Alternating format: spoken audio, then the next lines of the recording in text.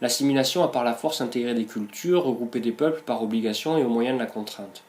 Dans les vieux pays, les stigmates de ce processus ne se ressentent presque plus.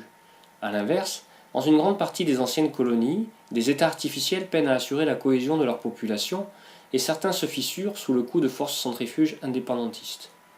Le processus d'assimilation n'est plus acceptable. Celui d'intégration laisse la liberté de la différence dans un cadre commun de valeurs fondamentales. En France, ce processus a fonctionné pour les communautés portugaises, espagnoles, tunisiennes, turques, marocaines, chinoises et d'autres encore.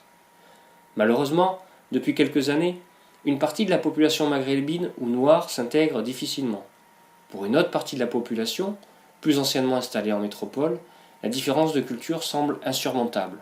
En même temps, une minorité parmi les immigrés d'Afrique tente de discuter le cadre de valeurs communes, de le remettre en question, avec des tentatives pour le négocier. Réglons tout d'abord le problème de l'enjeu qu'il y a autour de l'histoire commune, que certains veulent oublier là où d'autres le dressent en étendard. Pour le PIC, les fautes des colonies ne peuvent être réparées. Les générations, les sociétés se sont renouvelées, la mémoire des événements fait partie de l'histoire. Mais les jeunes générations ne peuvent pas avoir de rancœur puisée dans le rapport entre colons et autochtones. Elles n'ont connu que l'Algérie aux Algériens, le Maroc aux Marocains, la Tunisie aux Tunisiens et le Vietnam aux Vietnamiens, par exemple.